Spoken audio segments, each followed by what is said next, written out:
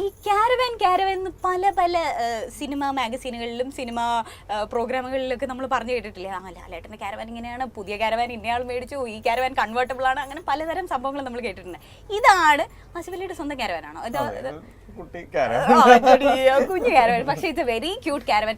Okay, Asif അലിയുടെ കാരവന് വേണ്ടിയിട്ട് special ആയിട്ട് ഇതിനകത്ത് സെറ്റ് ചെയ്ത് വെച്ചിരിക്കുന്നത് എന്തൊക്കെയാ? അല്ല, ഇതിൽ അങ്ങനെ വലിയ കാര്യമൊന്നുമില്ല. ഞാനിപ്പം ഒരു സ്മോൾ റിക്ലൈനർ, ഒരു സ്മോൾ മ്യൂസിക് സിസ്റ്റം, ഒരു ചെറിയ ബാത്റൂം.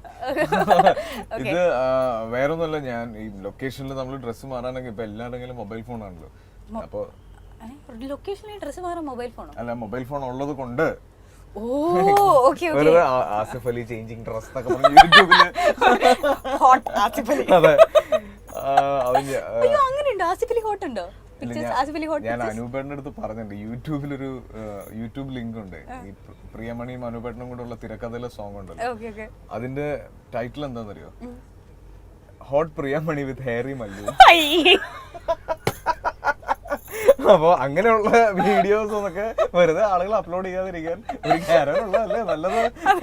വളരെ വളരെ നല്ലൊരു കാര്യമാണ്. ആ ഒരു വീഡിയോ ഇറങ്ങി കഴിഞ്ഞപ്പോഴാണോ ഞാൻ സ്വന്തമായിട്ടൊരു കാരവാനൊക്കെ മേടിച്ചേക്കാൻ. ഞാനത് ആക്ച്വലി എന്റെ നാട്ടില് തൊടുപുഴയിൽ ഞാൻ ഡ്രൈവർ ഓൺ ഡ്യൂട്ടിയുടെ ഷൂട്ടിംഗ് ഉണ്ടായിരുന്നു. അപ്പൊ അവിടെ ഇത്തിരി റിസ്ക് ആയിരുന്നു. ഞാൻ പുറത്തിരുന്ന് കഴിഞ്ഞാൽ ചിലപ്പോൾ ഇനി ആരെങ്കിലും ഞാൻ കണ്ടിട്ട് മൈൻഡ് ചെയ്തില്ലെങ്കിലോ അവൻ വലിയ സിനിമാടനായി പോയി എന്നൊക്കെ പറയാൻ സാധ്യതയുണ്ട്. അപ്പൊ അങ്ങനെയാണ് കാരവൻ എന്നുള്ളൊരു ഓപ്ഷൻ ആദ്യം എന്റെ മനസ്സിലേക്ക് വന്നത്.